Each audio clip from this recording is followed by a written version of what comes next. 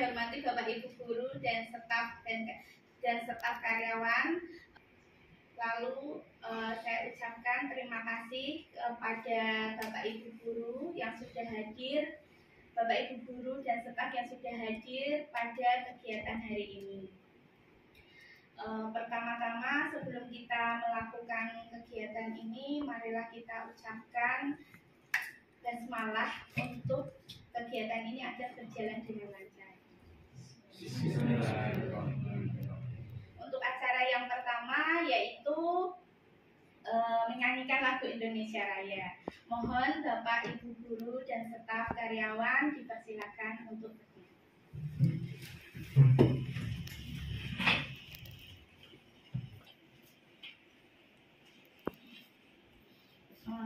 Mungkin bisa dipimpin sama Bu Devi atau Pak Hesi. Bapak Ibu, mari sama-sama kita menyanyikan lagu Indonesia Raya. Hiduplah Indonesia Raya, 1, 2. Indonesia tanah airku, tanah tumpah darahku.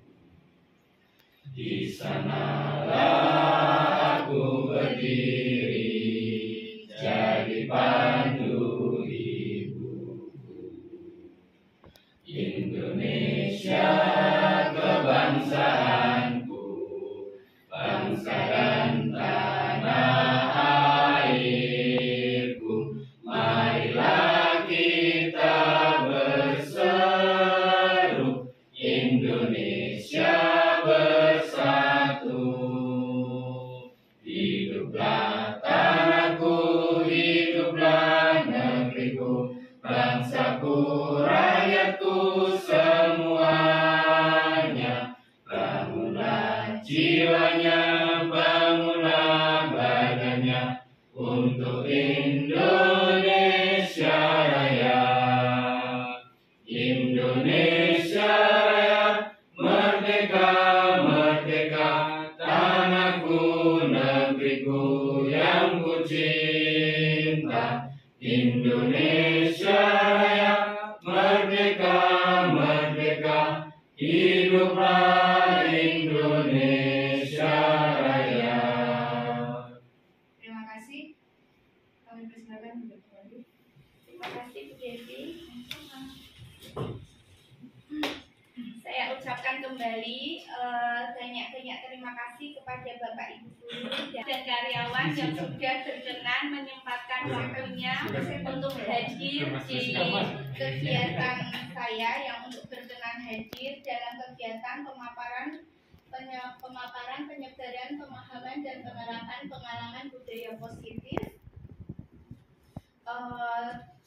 yaitu pemaparan ini untuk memenuhi sebuah tugas, di mana tugas pendidikan guru penggerak dalam modul 1.4. Lalu bersama saya Emi Lestari, calon guru penggerak angkatan 8 Kota Semarang dari SMK Negeri Jawa Tengah. Sebelum mulai kegiatan pada hari ini, marilah kita bersama-sama untuk mengucapkan basmalah kembali.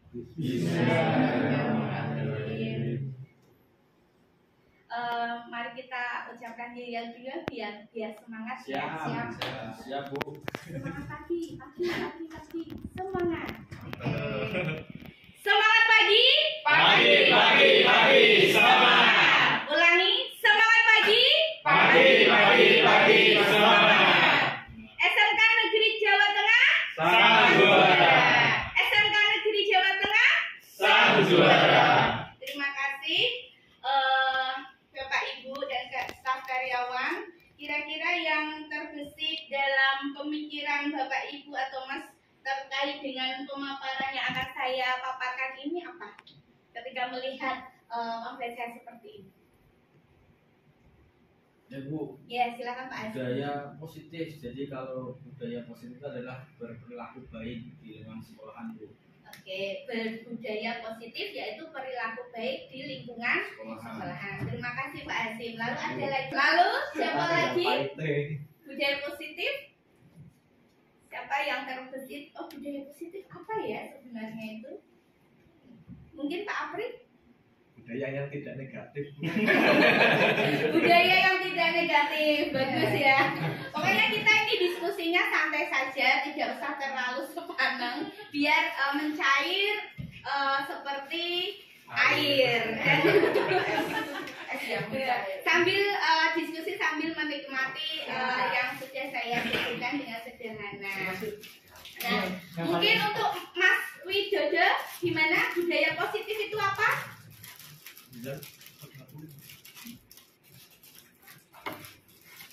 Mungkin rasa saling menghormati yang lebih tua.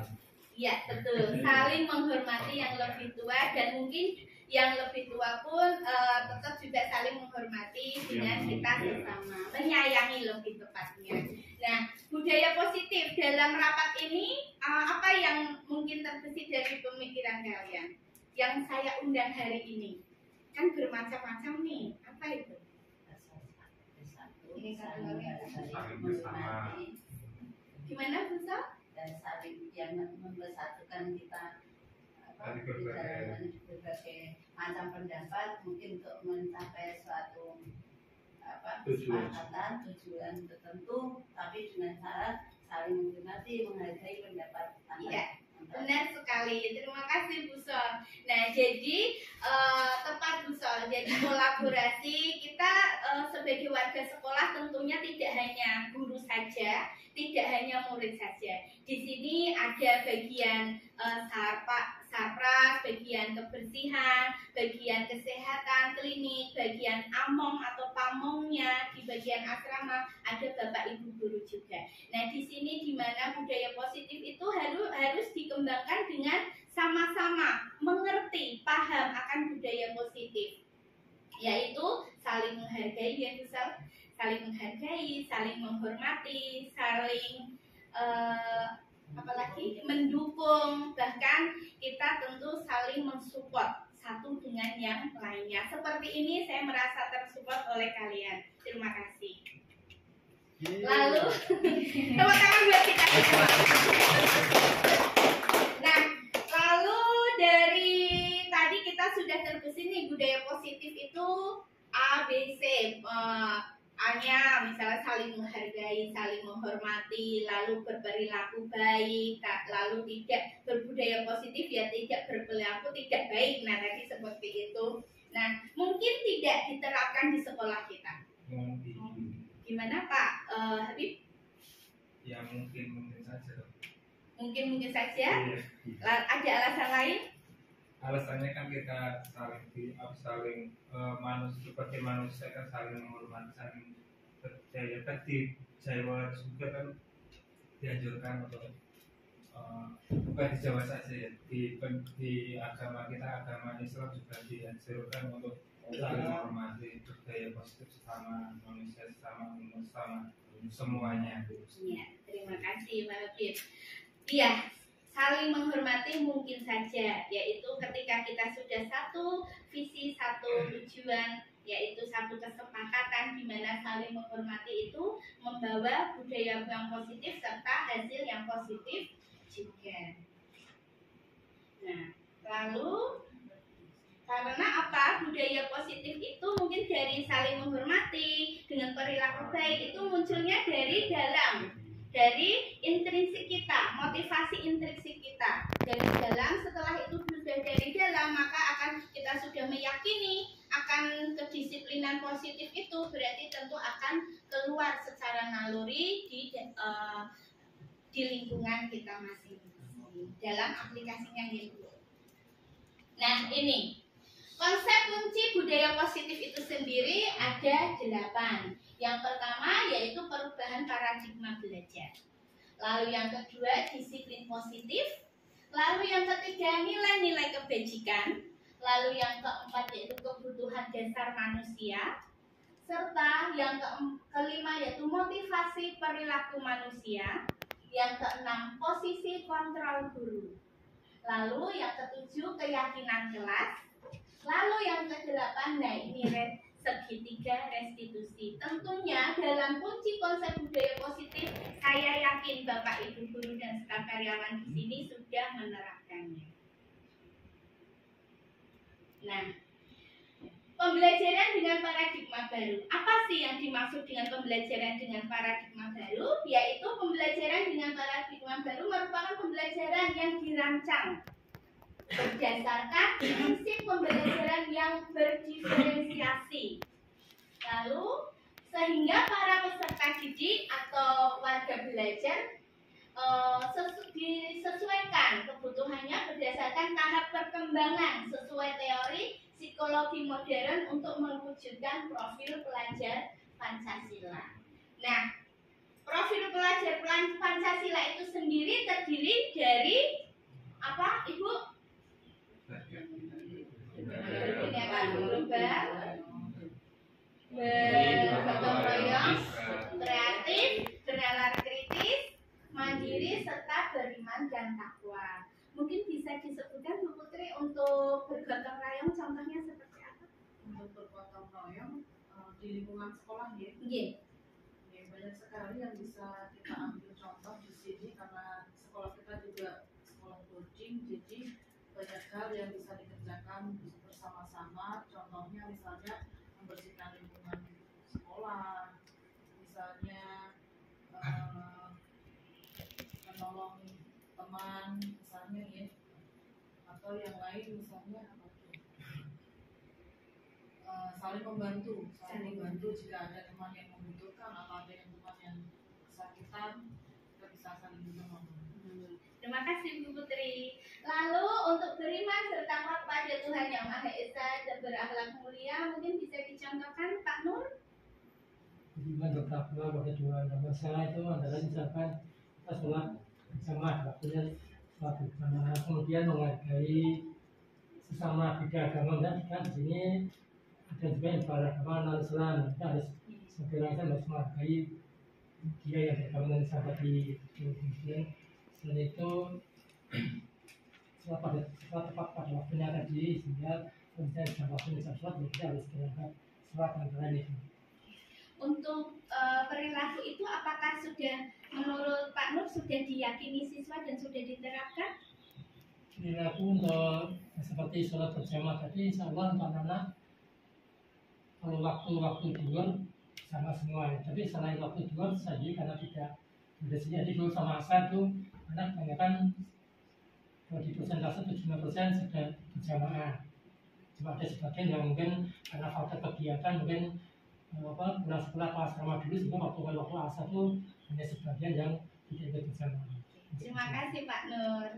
Nah, inilah yaitu profil pelajar Pancasila yang kita sering dengar atau mungkin kita sebenarnya sudah kita praktekkan sejak dulu ya. Sejak dulu hanya saja tercetus di kurikulum Merdeka. Tercetus, oh ternyata suka menolong itu namanya gotong royong. Oh suka anak-anak kreatif itu berarti untuk membuat ide-ide baru berarti itu namanya kreatifnya seperti ini.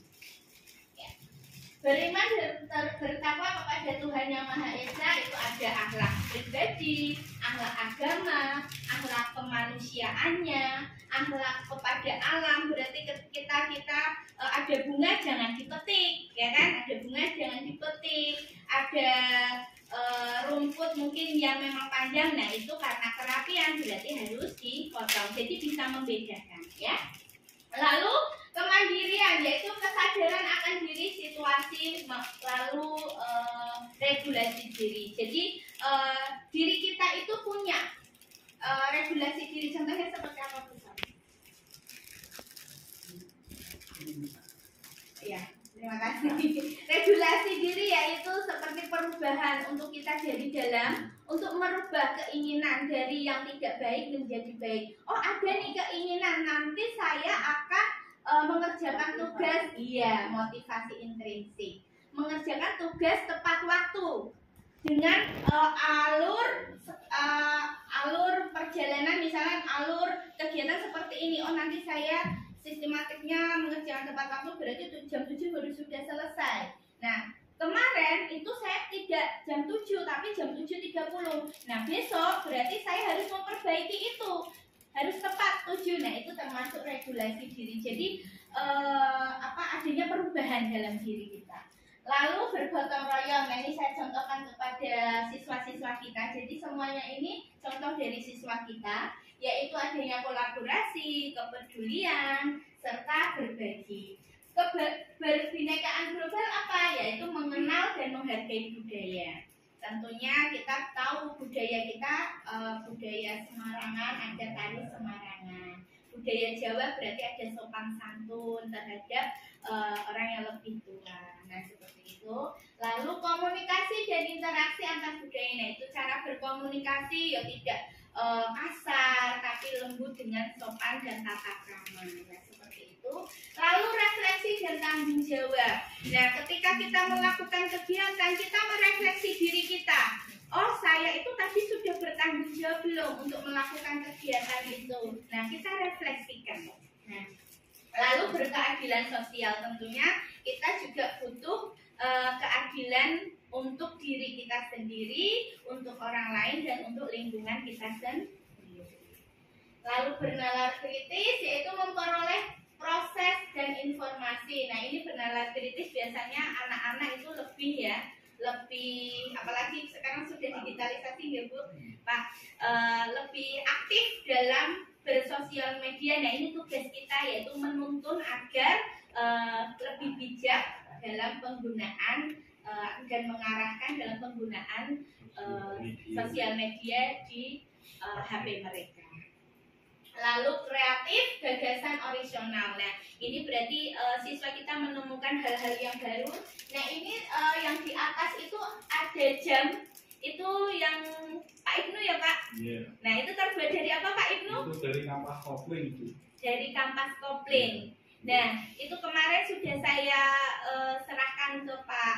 Saya tunjukkan. Sebenarnya saya mau serahkan, cuman mau disimpan aja, ditaruh di ruang display seperti itu. Sudah saya tunjukkan ke bapaknya. Untuk produk-produk anak yang saya buat bersama anak itu sudah saya tunjukkan semua, dan ada perbaikan juga untuk merefleksi produk. Nah, seperti itu. Nah, ini adalah karya mereka. Itu dari TKR ya, dari TKRO. Itu karya dari kampas kopling dia Pak Ibu ya. Kampas kopling dibuat jadi jam. Lalu di situ saya arahkan ke anak untuk coba dijual, bisa enggak? Akhirnya terjual satu. Nah, terjual satu, cuma memang ada keluhan dari customer terkait dengan produknya, yaitu dia gantungannya belum rapi. Nah, mungkin nanti dari TKRO bisa dikembangkan lagi ya Pak. Terima kasih. Lanjut, nah ini seringkali kita melakukan miskomunikasi tentang teori kontrol. Nah, miskomunikasi itu apa saja? Ilustrasi guru mengontrol murid. Nah, ini saya ilustrasikan, kita guru main game. Oh, kamu ke sana, kamu ke sana, kamu ke sana. Nah, gitu. Kamu mengerjakan itu, pokoknya harus selesai. Nah, itu termasuk dalam teori kontrol apa nanti? Nah, ini nanti lanjutannya ada lagi. Nah, ilustrasi ini yaitu ilustrasi guru mengontrol murid itu ketika murid mau dikontrol, ya tentu akan berjalan dengan baik. Jika tidak, ya tentunya ada pembangkangan ya, atau namanya penolakan dalam diri siswa. Oh, saya nggak mau mengerjakan itu Bu, itu tidak sesuai dengan passion saya. Nah, misalkan seperti itu. Nah, ini pun akan berlaku di rumah kita ketika kita mendidik anak-anak kita. Kamu harus jadi dokter, kamu harus jadi polisi, kamu jadi apa? Sedangkan anak memiliki keinginan lain untuk menjadi seniman, misalkan seperti itu, atau ini menjadi anak teknik. Nah, seperti itu ya. Nah, lalu ilustrasi bahwa orang dewasa berhak memiliki hak untuk memaksa. Sering sekali ya yang kita mungkin tidak sadar kita lakukan. Kamu harus nanti setelah ini harus ikut les. Nah, misalkan seperti itu orang tua kadang-kadang agar kamu pintar. Nah, mungkin kalau untuk di kurikulum kita saat lampau dan pendidikan masa lampau kita itu sebenarnya ini semua miskomunikasi ini tidak ada salahnya, hanya saja tepat atau tidaknya di tahun era zaman ini. Nah, pasti setiap pendidikan ada plus dan minusnya. Nah, lalu ilustrasi bahwa semua penguatan positif, efektif dan bermanfaat.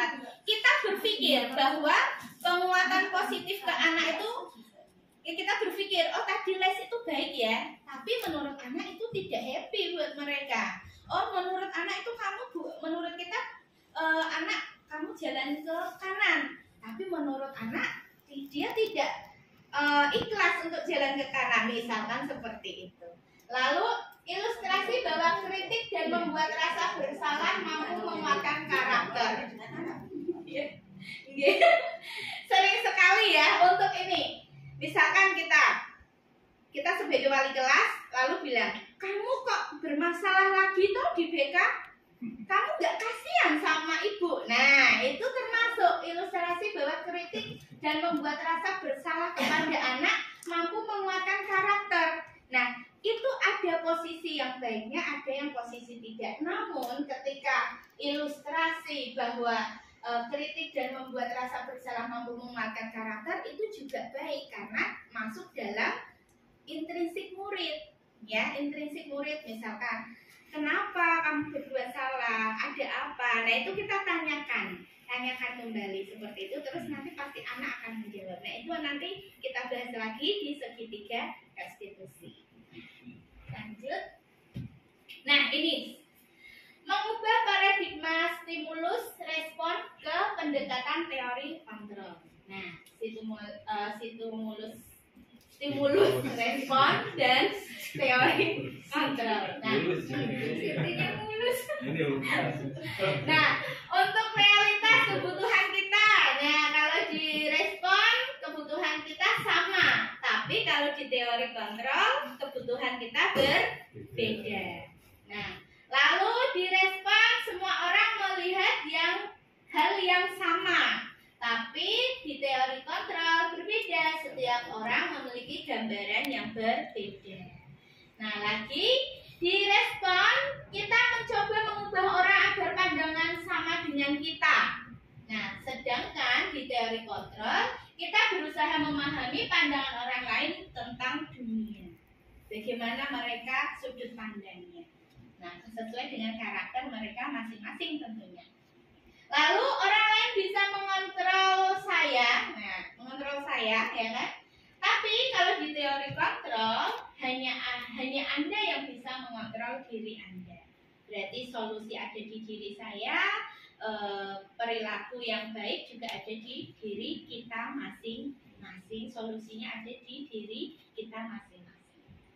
Lalu pemaksaan ada pada saat bujukan gagal.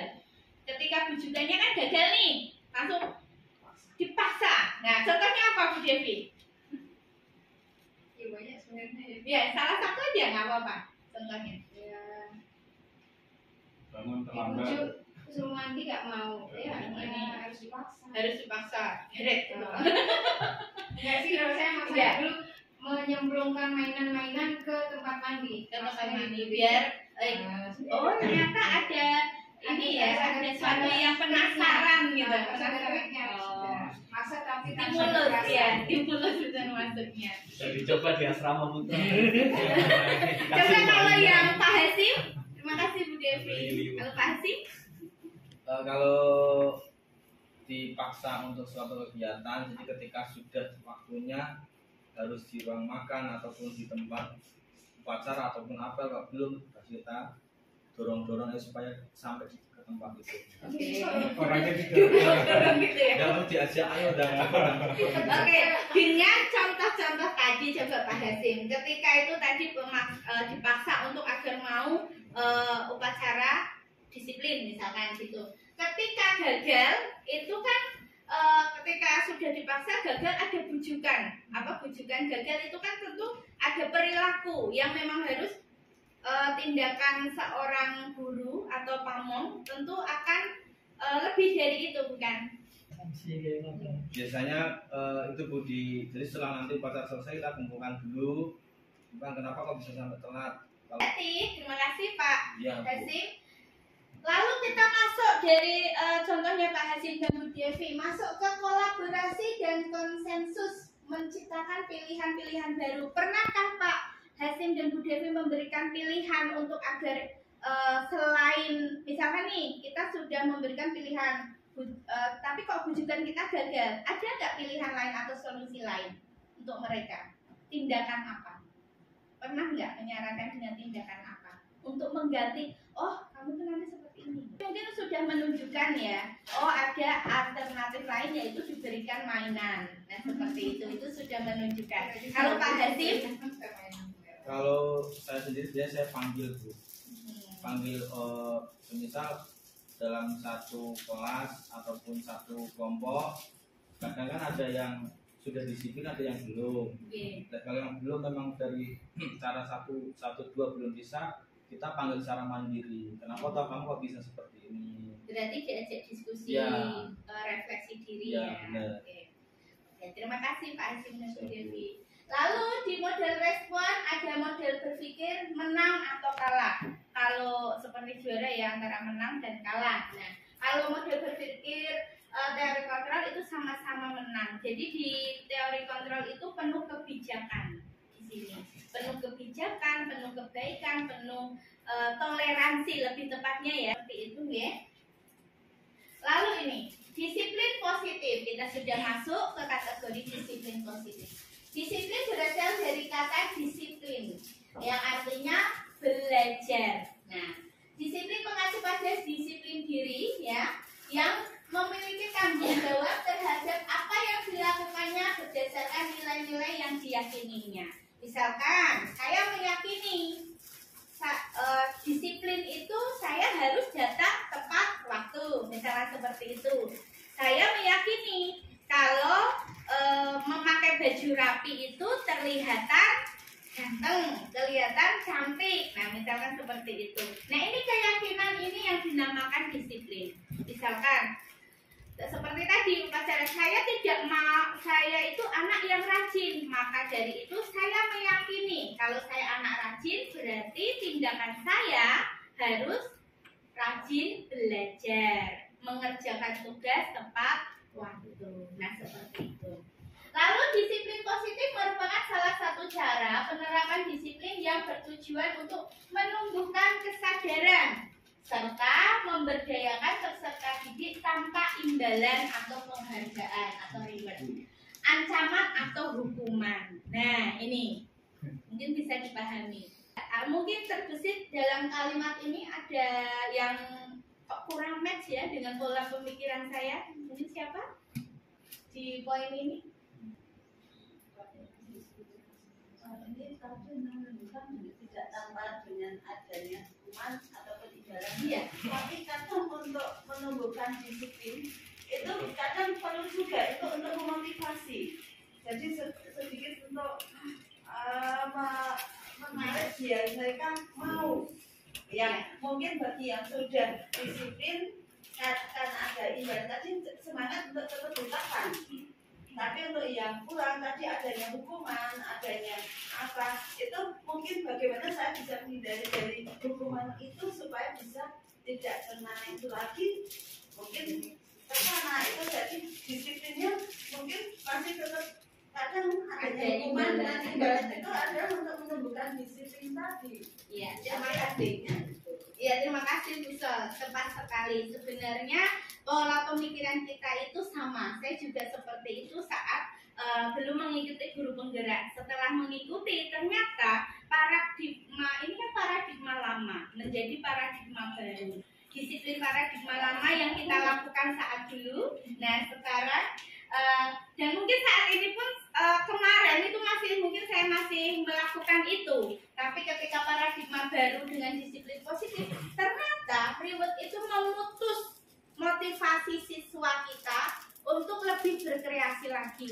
Loh kok bisa? Iya, ketika kita memberikan, oh kamu sudah mencapai ranking 1, nanti saya kasih tas baru atau sepatu baru. Cukup di situ anak akan berkembangnya sampai ranking 1, tidak lebih dari itu. Nah itu yang dinamakan ketika paradigma baru di kurikulum Merdeka ini, reward itu merupakan sebuah ancaman justru, bukan sebuah hadiah tapi sebuah penghentian prestasi siswa. Nah seperti itu. Iya, pembatasan. Jadi ya silakan. Saya malah penasaran tuh ketika menumbuhkan kesadaran itu tanpa reward dan punishment itu contohnya seperti apa? Contohnya, Saya Bu Emi Iya. sama sekali mungkin ya. Dan terus nanti kalau kayak Bu Emi dan lain-lain guru masih nilai itu termasuk reward enggak? itu sudah bukan reward itu kalau untuk nilai kan kita terukur dengan sudah ada jawaban dan sudah ada fungsinya gitu. Itu kalau untuk nilai. Kalau untuk Pak Apri tadi gimana Pak Apri? Ya selain reward dan punishment Iya. itu seperti apa? Dan yang dimaksud kategori reward versi jenengan itu seperti apa? Nah, Karena ada yang menganggap nilai tinggi itu reward juga, ya, gaji tinggi itu ya reward iya juga, benar. dan lain-lain Nah, termasuk punishmentnya. oke, terima kasih. Nah, untuk reward gaji, misalnya gaji tinggi itu masuk ke reward dalam posisi kita sebagai pekerja.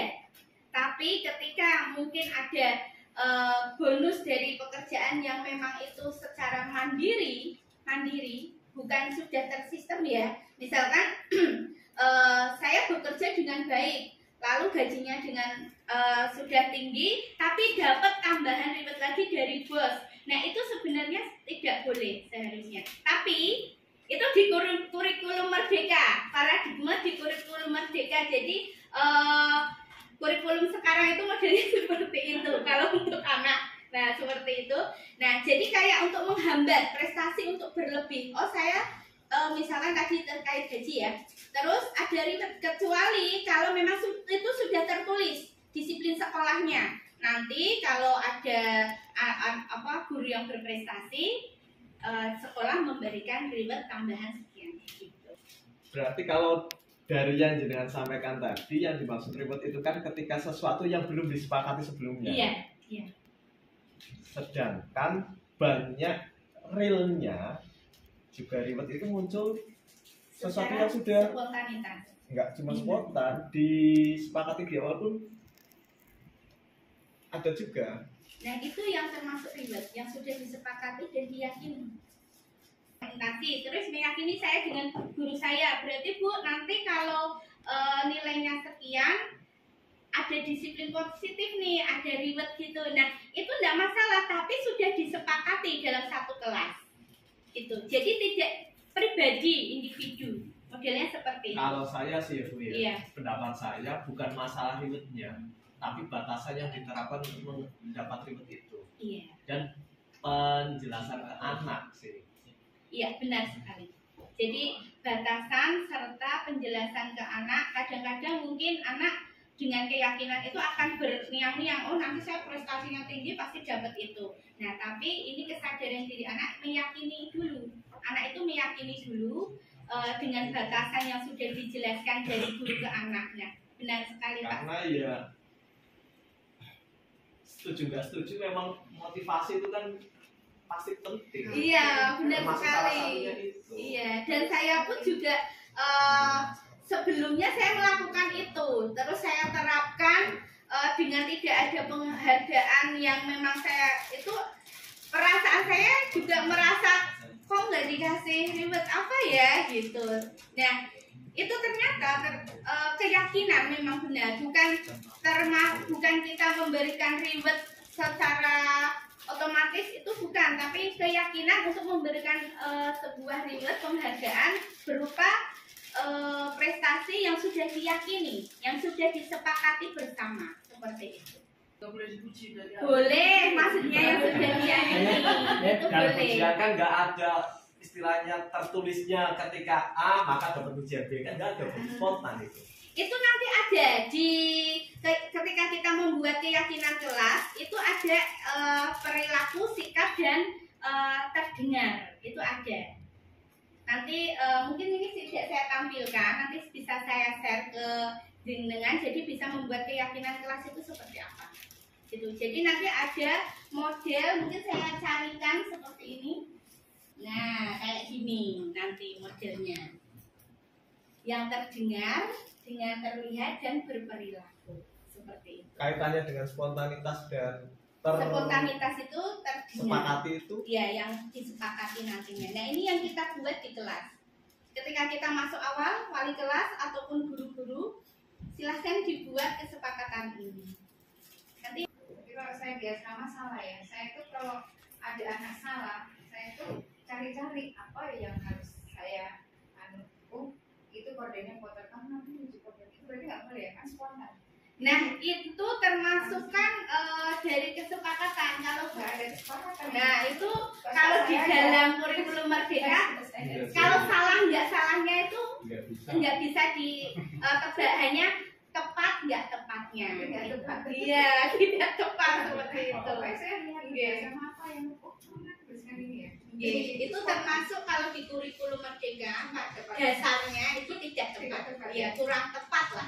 Iya, jadi anak menilai sendiri, merefleksi sendiri. Iya, benar. Kalau belum ada kesadaran sendirinya. Nah, itulah kita tugasnya menuntun. Nah, ya ini. Nah, cara menumbuhkannya Nah, itu. caranya bukan Nah, itu nanti itu PR kita, berarti masing-masing. Hari ini seperti itu. Jadi menuntun dan mengembangkan dari anak itu sendiri. Sebenarnya solusi itu nanti kalau di kurikulum merdeka itu dari anak sendiri solusinya, Pak. Nah, mengarahkan ke situnya bagaimananya itu loh. Dengan perilaku yang baik dicontohkan dari kita sendiri, seperti itu. Tapi Bu, kalau di sini tuh mereka kan mungkin ini kan mungkin yang orang tuanya mungkin mendidiknya dari 0 sampai 6 itu sesuai dengan psikolog itu. Dan ternyata yang di sini itu orang tuanya aja nggak ngerti apa-apa. Kita kalau ini susah kan ya. Nah iya, makanya untuk yang di asrama mungkin ini sebuah PR kita juga ya, PR kita. Makanya budaya positif di sini. Tadi di awal saya sudah bilang budaya di sini bisa nggak ya kita terapkan di sini. Nah mungkin ada sedikit susah, tapi kita tidak ada salahnya untuk mencoba. Seperti itu, nggih. Lanjut, sebagai pendidik tujuan kita adalah menciptakan peserta didik yang memiliki disiplin diri sehingga mereka berperilaku mengacu kepada nilai-nilai kebajikan tadi. Nah ini tadi terkait jawabannya Pak Apri, sebenarnya ada nilai-nilai kebajikan yang diyakini mereka. Nanti ada di slide berikutnya. Nah, gitu. Biar kita tidak solusinya apa sih ini gitu ya. Nah ini loh. Ini yang dimaksud dengan nilai-nilai kebajikan. Ini yang dimaksud nilai-nilai kebajikan, nilai yang disepakati bersama, ya bersama. Lepas dari suku, bangsa, agama, bahasa maupun latar belakangnya. Nah ini contoh nilai-nilai kebajikan, profil pelajar Pancasila tadi yang seperti itu. Lalu ini Ibu Prima PIDP ini ada toleransi. Bentuk toleransi itu contohnya apa aja? Jadi yang membuat keyakinan itu hampir keseluruhannya siswa Pak Apri. Jadi keseluruhannya siswa, lalu refleksi untuk konsekuensi karena tidak ada hukumannya nanti ini sanksinya Pak. Kalimat hukuman dan sanksi itu berubah jadi konsekuensi. Iya, gitu. Seperti tadi yang mungkin diutarakan sesuai dengan umur. Kalau di kurikulum merdeka itu misalkan anak umur kelas 10. Kelas 10 ketika naik di kelas 11 kok kompetensinya masih tidak bisa berkembang. Nanti rapat di kurikulum merdeka yaitu mengikuti kompetensi anak. Jadi selamanya ya sudah jadi apa nggak bisa diubah toh. Iya. Dia sudah berubah setelah kelas 2 kelas 3. Nah itu ternyata itu sudah paten, nggak bisa diubah. Iya. Jadi itu tantangan besar sekali untuk dunia pendidikan kita. Benar. KPM kemampuan anak hanya 50, misalkan KPM 75. Kita harus buat dari 75 caranya. KKM juga tidak boleh. Nggak ada karena sudah dibatasi kan itu. Oh batas minimal sekian gitu. Jadi bisa tadi kalimat Kak Ibnu yang tidak kompeten gitu. Nah tidak kompeten kalimat belum kompeten. Jadi tidak itu tidak boleh gitu. Jadi misalnya kelas 10 nih untuk yang misalnya TP ya. TP itu Mas Rizka misalkan TP anak kelas 10 sudah menguasai mesin CNC misalkan mesin CNC dengan tahapan 1, 2, 3 seharusnya kelas 10. Tapi ketika anak ini masuk ke kelas 11, kan seharusnya sudah bisa menguasai 1, 2, 3, 4, 5, 6. Kan seharusnya gitu. Jadi 6 kompetensi. Ketika masuk ke kelas 12, kok anak ini tidak bisa berkembang, hanya mampu menguasai kompetensi 4 kompetensi saja, yaitu disesuaikan rapotnya nanti. Nah itu, jadi 2 kompetensi tidak tertulis di rapot tersebut. Banyak pro dan kontra untuk kegiatan memang untuk paradigma ini. Gitu. Pembiasaan habitual itu memang harus apa ya, butuh adaptasi ya, harus adaptasi. Nah seperti ini contohnya. Nah kebutuhan dasar manusia.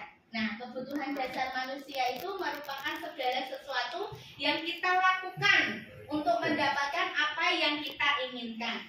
Nah memiliki tujuan tertentu dan semua usaha terbaik yang kita lakukan adalah dalam rangka agar kebutuhan dasar kita terpenuhi dengan baik, bahkan sangat baik. Ada kebutuhan kasih sayang, ya kan? Akan cinta dan kasih sayang. Ada kebutuhan material, ya kita membeli apapun juga butuh money, ya. Lalu ada kebutuhan tempat tinggal. Nah tempat tinggal yaitu sandang, pangan. Nah, ini penjabarannya Bapak Ibu. Ini penjabarannya. 5 kebutuhan dasar manusia yang harus kita pahami untuk diri kita sendiri, untuk siswa kita dan lingkungan kita sendiri, baik di lingkungan sekolah, rumah ataupun lingkungan di luar sekolah. Nah, terkait dengan penguasaan harga diri, keinginan untuk dianggap, lalu memimpin, berprestasi, diakui dan didengar, ini pasti ada di dalam masing-masing murid kita. Ya, ada di dalam masing-masing murid kita, akan pengen dekat dengan gurunya, misalnya seperti itu. Lalu kesenangan, ingin bermain, ingin humor, antusiasme dan bertakwa.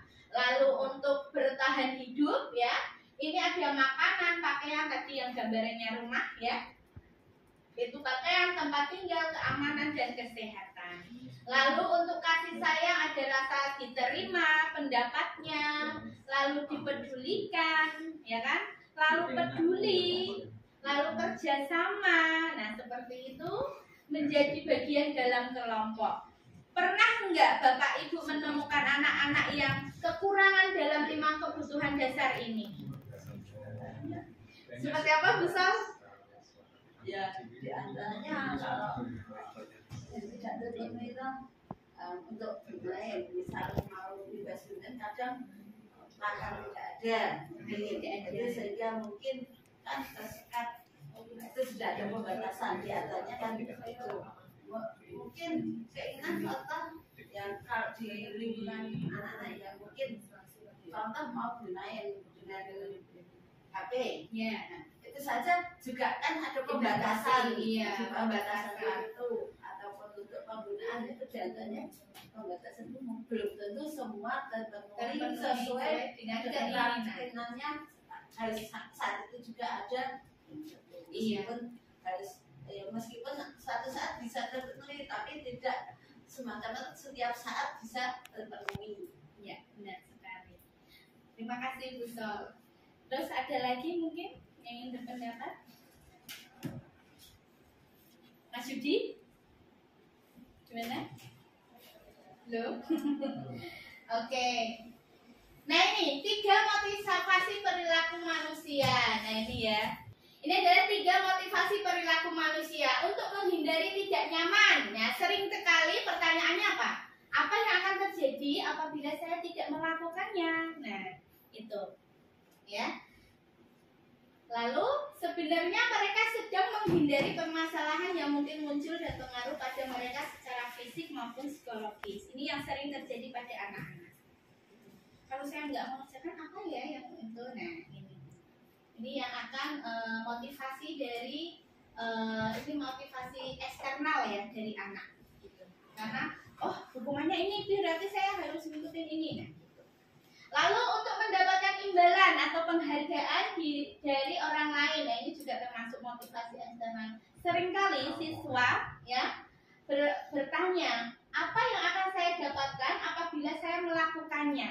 Bukan hanya siswa, mungkin diri kita juga akan seperti itu. Nah, mereka melakukan sesuatu untuk mendapatkan hadiah, pengakuan atau imbalan. Motivasi ini juga bersifat eksternal, berarti dari luar. Nah, yang dimaksud ini berarti reward itu yang dimaksud itu harus dari dalam, reward untuk dirinya sendiri. Nah, begitu Pak Apri. Kalau seperti ini berarti yang tadi kita bahas itu dari luar semua, walaupun dalam kesepakatan kelas. Dirinya sendiri meyakini reward itu seperti apa? Saya meyakini reward kalau di awal itu saya masih berpedoman, saya nanti memberikan sesuatu apresiasi, entah itu barang, entah itu ucapan, seperti itu. Ternyata yang tepat karena membatasi anak untuk berkembang. Ternyata reward itu dari dalam diri anak itu sendiri. Dan dari dalam diri anak seperti apa? Ya anak itu tidak kebutuhan anaknya itu terpenuhi tidak, itu yang dimaksud reward. Misalkan tadi terkait dengan kebutuhan akan hiburan. Saya bisa main game nih, misalkan dengan waktu yang memang saya inginkan, ya saya inginkan. Tapi budaya positifnya dimasukkan. Ada batasan ketika main game, atau dialihkan main game itu tidak jam pembelajaran, tapi di jam waktu senggang. Itu yang dinamakan reward, Pak, ternyata. Tapi pada kenyataannya itu kalau anak diberi reward itu yang berupa mungkin punishment, berupa sanjungan dan sebagainya, itu justru kenyataannya memacu anak untuk lebih bersemangat, termotivasi, berbagi. Padahal disitu tidak membatasi, malah kenyataannya gitu. Misalkan contohnya, sebelum pelajaran dimulai, nanti siapa yang bisa menjawab pertanyaan dengan benar, saya dapat nilai plus tambah. Dapat nilai plus gitu. Untuk anak lebih mudah untuk termotivasi untuk menjawab pertanyaan dari guru tadi. Tapi kalau tidak ada dari awal tidak dibeli seperti tadi dari guru, ya mau jawab pertanyaan enggak.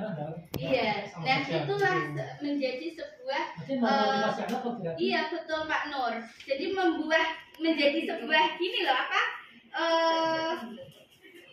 jadi menjadi sebuah dilema buat kita sendiri sebenarnya sebagai guru. Kita anak tidak ada motivasi dalam dirinya untuk memberikan reward itu sendiri. Nah, tugas kita itu banyak banget berarti, Bu. Ya. Jadi menumbuhkan sikap intrinsik anak itu kan ketika itu untuk yang kebutuhan anak ya, bukan siswa. Selama itu untuk kebutuhan ya. Sedangkan itu termasuk apresiasi, itu kan kebutuhan rasa kasih sayang, salah satunya uang juga nantinya bisa untuk yang masuk salah satunya membeli pulsa kan.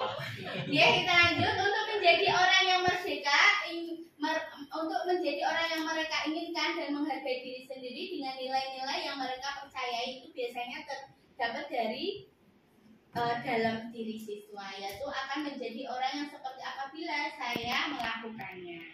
Saya ingin menjadi orang yang penuh toleransi. Saya ingin menjadi orang yang penuh dengan lurus hati atau tidak berprasangka buruk. Nah, terus saya ingin menjadi orang yang bisa berkomitmen tinggi. Nah, seperti itu. Untuk bisa seperti itu perlu proses tadi. Gimana juga prosesnya tadi antara lain memberikan tekanan-tekanan pada anaknya.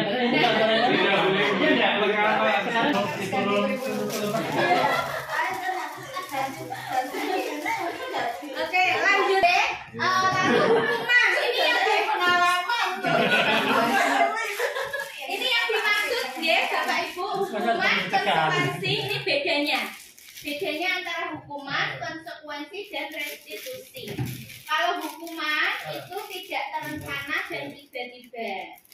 Lalu murid tidak tahu apa yang akan terjadi, tidak dilibatkan atau tidak dilibatkan. Ya, misalnya tadi ya Bu Devi, mana yang kotor ya, mana, nah gitu, itu termasuk hukuman. Iya. Lalu bersifat satu arah karena dari Bu Devi ke anak. Gitu. Lalu berupa hukuman fisik atau psikis. Nah itu kalau fisik berarti ya tadi ya melakukan tindakan psikis itu biasanya kayak perundungan, modelnya bukan perundungan tapi lebih tepatnya kalau psikis itu bagaimana ya Pak Asim? Kemudian Habis sama perundungan apa ya? Iya, tapi pertama ya. Karena dia salah, saya memarahi di depan teman-teman. Nah itu masuk perundungan ya. Perundungan benar. Ya, ini namanya hukuman. Terus dipanggil, didudukkan. Nah, lalu kalau konsekuensi itu ada benar, ada salah ya. Terencana atau disepakati sesuai peraturan yang tadi yang diyakini kita bersama. Satu ya. Ya nggak boleh hukuman, konsekuensi boleh. Konsekuensi boleh. Sedangkan itu kan kaitannya perilaku. Kalau hukuman itu hanya satu arah, tapi kalau Ya, kesepakatan itu dua arah. Disiplin budaya itu kan kaitannya dengan perilaku ya. Iya. Dengan perilaku kan sangat banyak. Iya. Dan nggak mungkin, saya katakan nggak mungkin untuk dibuat kesepakatan dulu Nah, semuanya. kesepakatan itu dibuat sedikit, tapi diyakini itu nanti anak meyakini sendiri dengan versi mereka, Pak. Itu perlu proses lama sekali. Iya, benar sekali, Pak. Misalkan kita bisa anak kita di rumah, misalkan kamu Saya pengen pensiun itu belum ngerti itu lagi. Iya, benar sekali, Pak. Butuh kebiasaan, butuh pembiasaan, butuh habitual yang sangat bijak sekali di dalam proses pelaksanaan konsekuensi ini sebenarnya. Seperti itu. Kita lanjut ya, restitusi. Nah ini yang dinamakan restitusi ya, proses penciptaan kondisi bagi murid untuk memperbaiki kesalahannya. Lalu proses kolaboratif yang mengajarkan murid untuk mencari solusi sendiri. Nah nanti mungkin yang di restitusi ini pengertian ini untuk semuanya Bu. Sekarang itu tidak untuk BK tapi untuk guru, untuk pamong, untuk warga sekolah itu harus kenal restitusi. Nah, untuk praktek restitusi bisa dilihat di YouTube saya, tapi untuk penjelasannya ini saya paparkan di sini. Nah, ini 5 posisi kontrol guru sebagai penghukum, pembuat merasa bersalah, ya, itu. Lalu sebagai teman, lalu pemantau, lalu sebagai manajer. Nah, ini tinggal kita lihat posisi kita ada di mana. Mungkin di pamong mungkin sebagai penghukum masih berlaku, ya. Lalu pembuatan merasa bersalah masih berlaku kan? Ya, masih ya. Oke. Sebagai teman masih berlaku. Masih. Pemantau masih berlaku. Manajer ini yang memang itu harus kita terapkan, yaitu menuntun dan menuntun. Ya, lanjut. Nah ini namakan penjelasannya. Ini saya berikan contohnya nggih Bapak Ibu. Contoh penerapan 5 posisi kontrol dulu. Siswa tidak mengerjakan tugas tepat waktu. Jika kasusnya seperti itu, sebagai penghukum lari memutari sekolah 1 kali putaran. Tapi kalau saya lari memutari sekolah 1 kali putaran itu tidak terlalu di kontrak dan jadi awal. Tidak apa-apa. Iya. Kan bukan penghukuman kan? Bukan. Konsekuensi. Jadi kalau saya ini punya nanti kalau kalian berbuat salah nanti ada hukuman kan sudah kontrak di awal. Hukumnya apa? Dan nanti terserah saya itu boleh. Nah itu yang tidak boleh, terserah saya. Ini sebenarnya antara boleh atau tidaknya itu ini hanya posisi kita. Di posisi kita itu sekarang itu sebagai apa? Seperti itu. Ya, terlepas dari benar atau tidaknya atau terlepas dari boleh atau tidaknya. Ini posisi. Iya. Ketika menghukum, contoh kasusnya ini ya, siswa tidak mengerjakan tugas tepat waktu. Ketika guru menjadi posisi kontrolnya dalam posisi penghukum itu, maka guru akan memberikan contohnya lari memutari sekolah 1 kali ya itu hukuman. Lalu setelah itu ketika guru posisinya dalam membuat merasa bersalah, nah ini berapa kali ibu bapak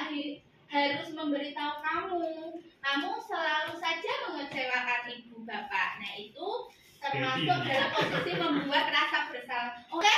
Nah ini posisi ketika guru menjadi teman atau posisi jadi kontrol teman ya. Ayo dong ikuti aturan sekolah. Tolong bantu ibu bapak ya sekali ini.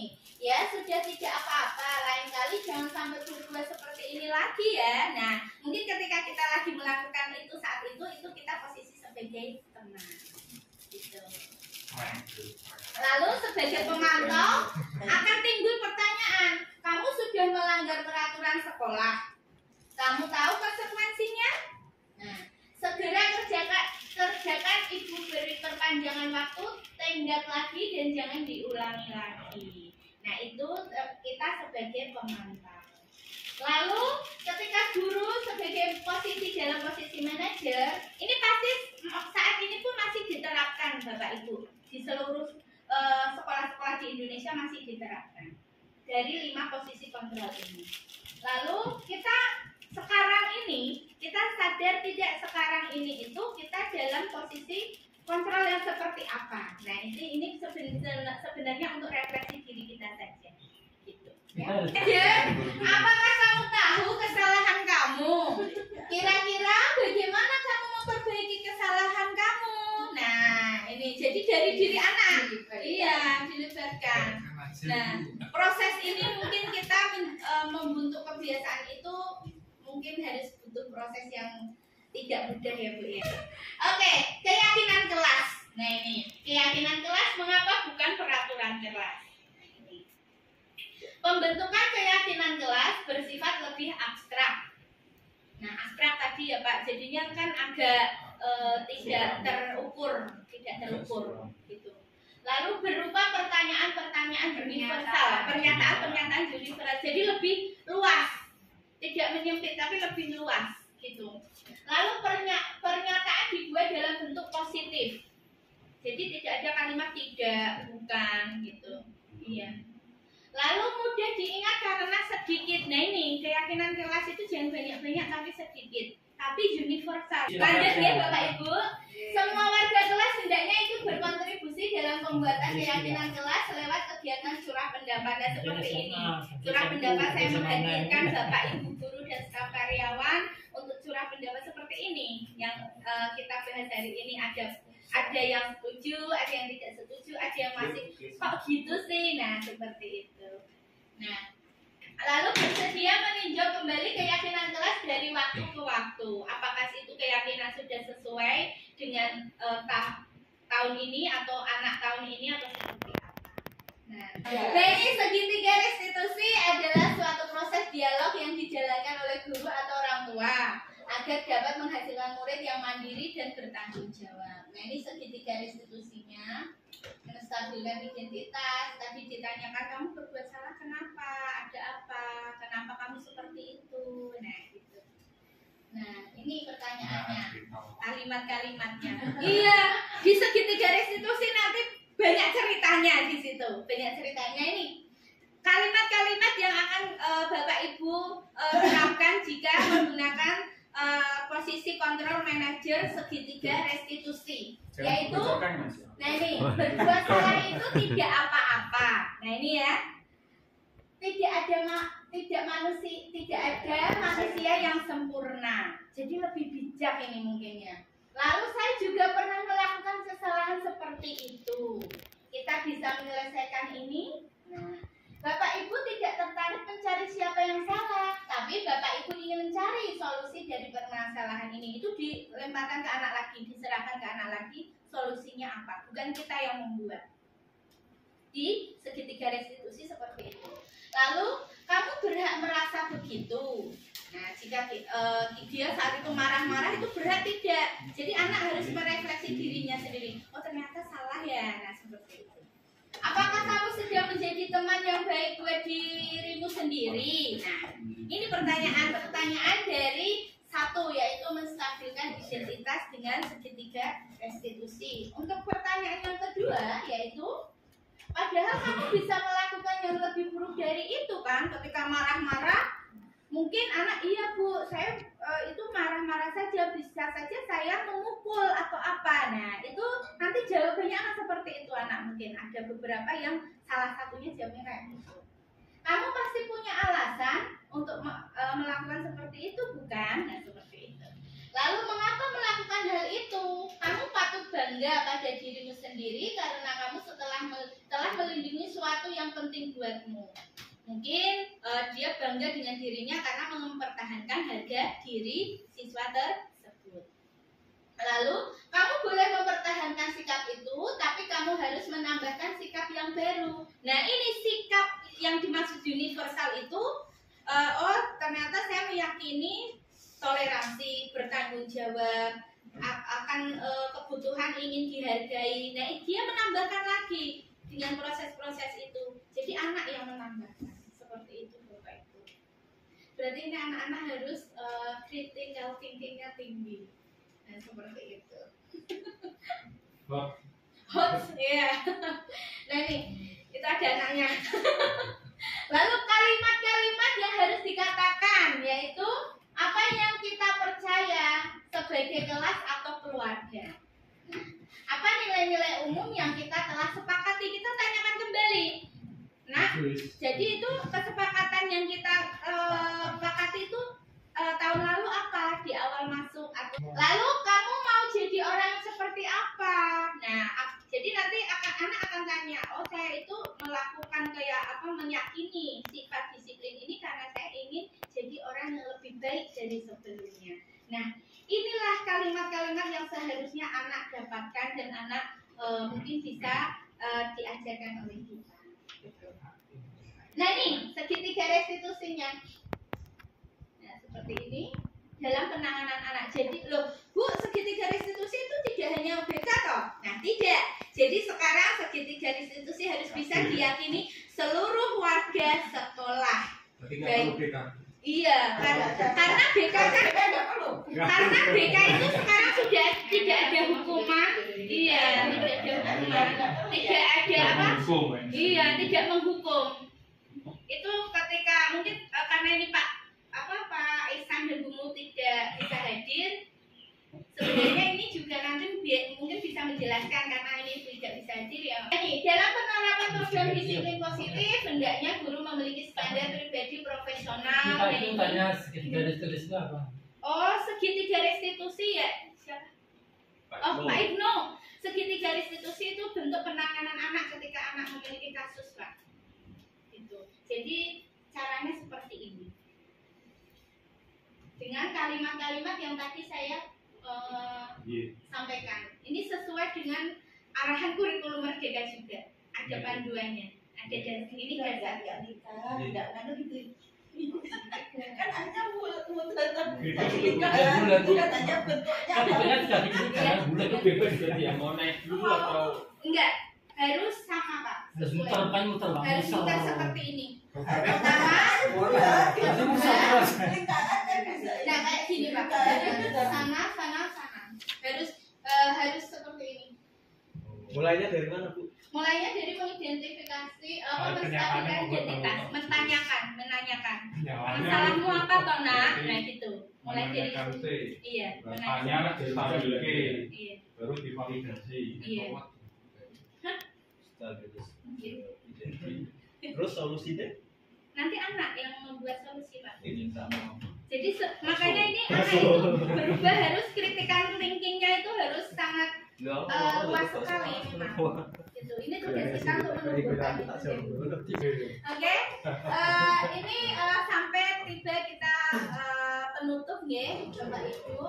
Dalam penerapan program disiplin positif, hendaknya guru memiliki standar kepribadian, profesional dan sosial yang baik, di mana guru mampu merefleksi dirinya dalam posisi kontrol saat ini.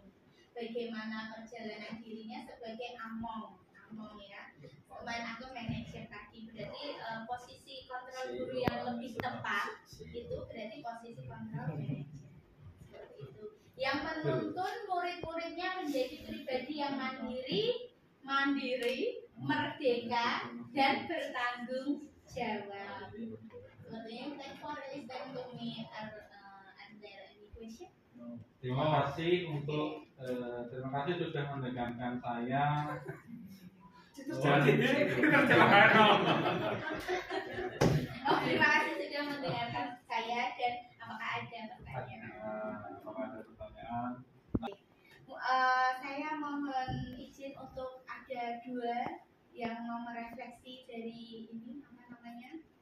pemaparan saya dari yang tadi. Mungkin Pak Abdul bisa refleksi awal sampai akhir. Dalam bentuk apa ini? Model penangkapan jenengan.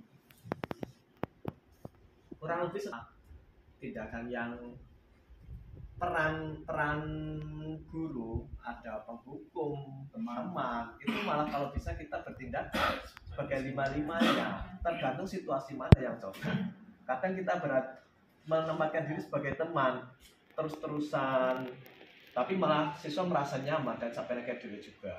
Kita sebagai manajer tanya, tapi anak belum muncul ke arah situ, ya ditanya diam-diam aja. Kadang perlu hukuman juga, atau dalam sekarang konsekuensi ya. Kalau saya poinnya di situ sih, harus ada dasar yang kuat juga. Intinya kita kan nggak bisa asal berpatokan dengan bahasa. Intinya apa yang kita yakini, dasarnya kuat, ya udah lakukan selama tujuannya baik. Terima kasih Pak Apri, Masya Allah, luar biasa. Terima kasih untuk semuanya. Terima kasih untuk Bapak Ibu Guru dan staf karyawan yang sudah berkenan hadir untuk menyaksikan paparan saya terkait dengan budaya positif atau yang terkait dengan penyebaran pemahaman dan penerapan pengalaman budaya positif yang mungkin akan kita terapkan.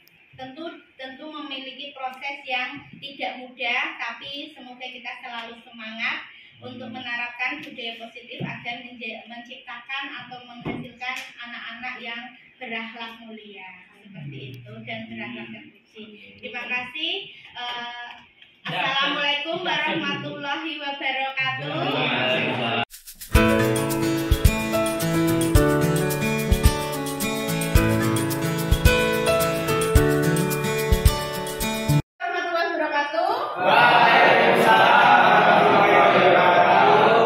Nah, hari ini kita akan membuat kesepakatan kelas dan keyakinan kelas untuk menciptakan budaya disiplin positif.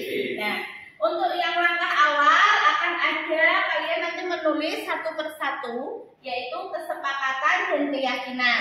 Itu ada contohnya yang sudah saya share ya, misalkan kesepakatannya itu tidak membuang sampah sembarangan. Nah, kata tidak diubah menjadi kalimat aktif. Ya, pasif menjadi aktif, yaitu tidak berarti kalimatnya jadi apa? Buanglah sampah pada tempatnya. Keyakinannya tertib atau disiplin? Tertib. Ya, paham ya? Nah, terus misalkan ini saling menghargai orang lain atau pendapat teman. Keyakinannya apa? Toleransi. Paham ya? Oke. Nah, lalu sikapnya, sikap yang diharapkan ketika kita sedang bertoleransi berarti apa? Menghargai pendapat orang lain. Lalu yang tidak diharapkan berarti mencela pendapat orang lain. Contohnya seperti itu. Nanti lebih luas lagi tentu dalam pemikiran kalian semua ya. Lalu yang terlihat, misalkan yang terlihat itu berarti mengucapkan salam, benar nggak? Ya apa benar? Coba contohnya salah apa benar? Harusnya yang terlihat membuang sampah, yang terlihat budaya positifnya. Lalu yang terdengar mengucapkan salam. Lalu perilakunya senyum. Betul, senyum, sapa. Nah itu dalam arti misalnya jabat tangan itu kan perilaku. Kita melakukan perilaku santun yaitu berjabat tangan memberikan selamat. Kita senyum bahagia itu juga termasuk ekspresi perilaku kita. Paham ya?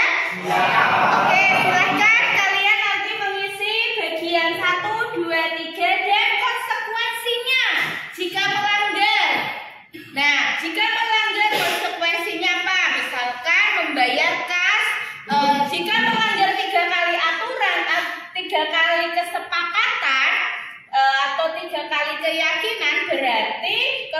konsekuensinya harus membayar kas 1.000 misalkan kayak gitu, harus membersihkan ruang kelas semuanya tanpa dibantu, nah misalkan gitu ya, paham ya?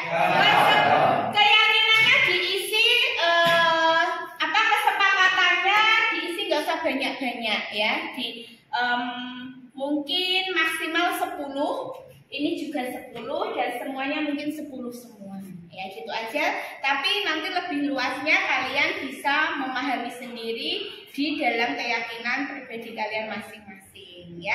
Oke? Selamat bekerja dan selamat mengisi ekspresi kalian atau menyumbangkan keyakinan-keyakinan yang memang kalian yakini. Oke? Terima kasih, silahkan. Assalamualaikum warahmatullahi wabarakatuh.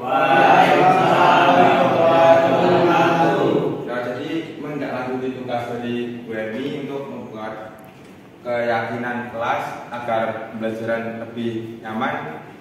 Kita langsung aja buat forum diskusi. Yang pertama, ada kesepakatan, ada yang mengusulkan?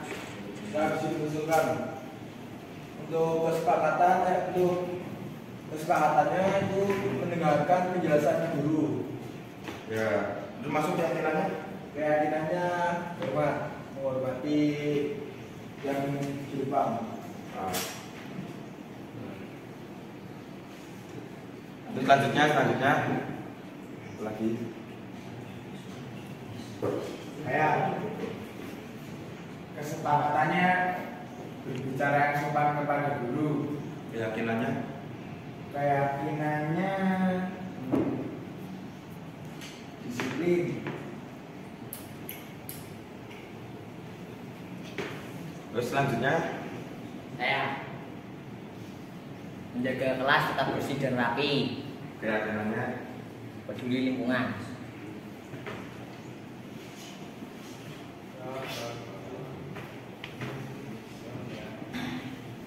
ya, selanjutnya ada yang mengusulkan? Saya saling mengingatkan teman jika melakukan kesalahan. Keyakinannya Peduli.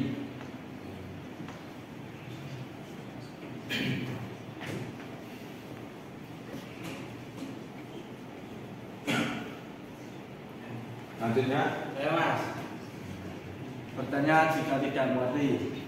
keyakinannya Bertanggung jawab terhadap diri sendiri. selanjutnya Sepakatnya berdoa sebelum dan sesudah belajar. keyakinannya Religius. selanjutnya Saya menggunakan HP secara kerja. keyakinannya Itu tanggung jawab. terus ada yang maksud? Ya Mas, mengambil snack tepat waktu, keyakinannya disiplin. Ini pada setuju kan? Setuju. Selanjutnya ada lagi? Saya Apa? kerja kelompok dengan sehat. Ya. Keyakinannya? Keyakinannya toleransi. Terus selanjutnya Saya Mas, datang ke kelas tepat waktu. Keyakinannya disiplin. setuju kan?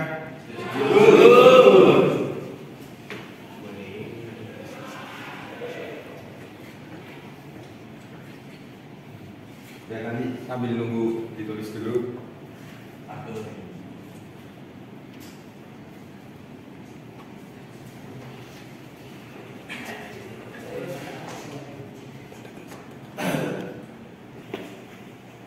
Nah, jadi selanjutnya kita mengerjakan kitab biar kita sama-sama saling menyenangkan ya, yang diharapkan kita itu bisa ada di kelas kita itu. Jadi yang pertama sikap yang diharapkan, ada yang mengusul? Perhatikan guru. Yang tidak diharapkan sebut sendiri.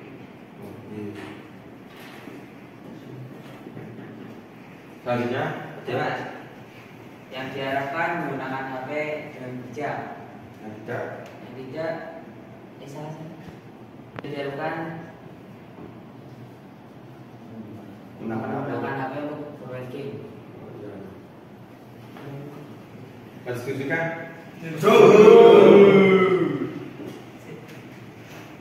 Selanjutnya ada yang diusulkan? Mas, yang diharapkan membuang sampah pada tempatnya, yang tidak diharapkan membuang sampah sembarangan.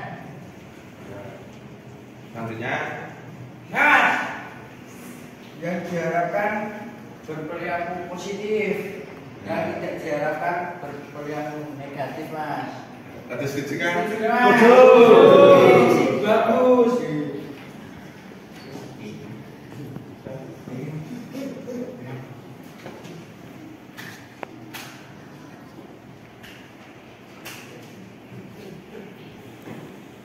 Dan selanjutnya kita membuat diagram Y, diagram yang di mana terdapat sikap yang terlihat, yang terdengar dan berperilaku. Jadi contohnya sendiri tuh kalau terdengar kayak mengucapkan salam kalau ketemu guru. Oh, ya. Kalau terlihat tulisan ya kayak menghargai pendapat ya. Sama kalau berperilaku itu kayak tersenyum jika sama guru itu tersenyum, itu contohnya. Mungkin ada usulan lain untuk terlihat Ya, menghargai pendapat orang lain. selanjutnya Terus dan selanjutnya usulan saya peduli ketika teman mendapat musibah. setuju kan? Setuju. Lainnya ada yang suka untuk terlihat.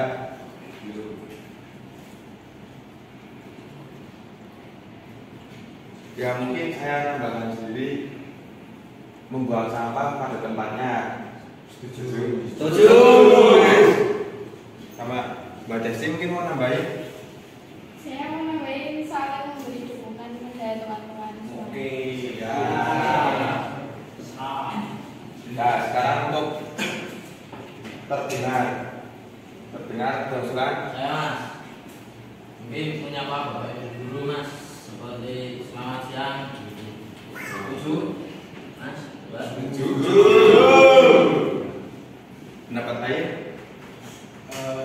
Mungkin ketika masuk ruangan itu izin masuk ruangan.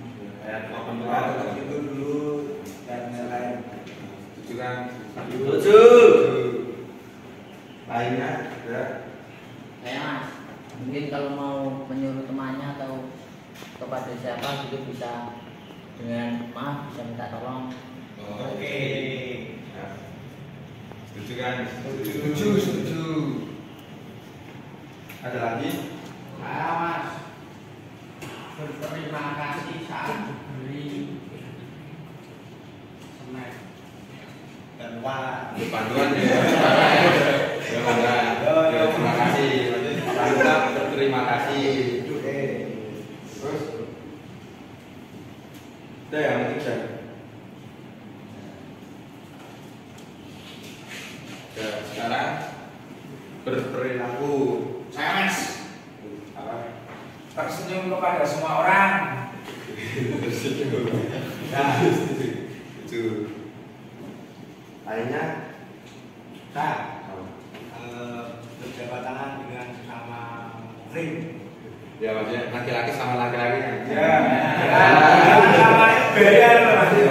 Tapi kalau sama guru nggak apa-apa. Ya.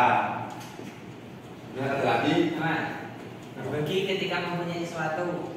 Coba. Kalau Bisa bisa coba. Lagi ada? Mas, penampilan rapi ya. Menyontohkan sesuatu dari Ya. mungkin diagram dan isinya sekarang tinggal konsekuensi. Saya Mas, menurut saya konsekuensinya kalau melanggar adalah memimpin Asmaul Husna di depan. Setuju? Ya, setuju.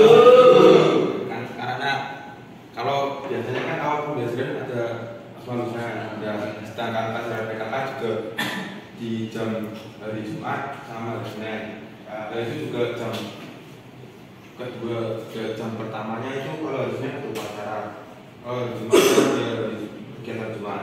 Jadi mungkin itu konsekuensi yang kepada siapa? Mungkin forum pembuatan keyakinan kelas saya tutup karena kemungkinan sudah sesuai ya. Itu saya ucapkan terima kasih atas pendapat-pendapat teman-teman semua.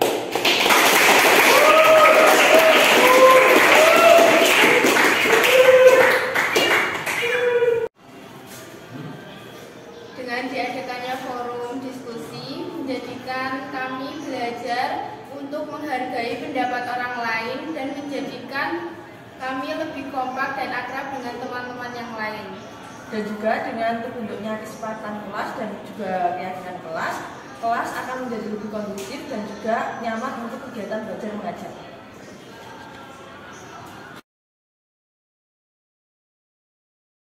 Demikian paparan dari saya terkait desimilasi budaya positif dan penerapan keyakinan kelas. Jalan-jalan ke kota Tanjung Pinang, makan enak keripik kentang. Sang pembelajar akan menang, bersinar terang di masa akan datang. Terima kasih, semoga bermanfaat.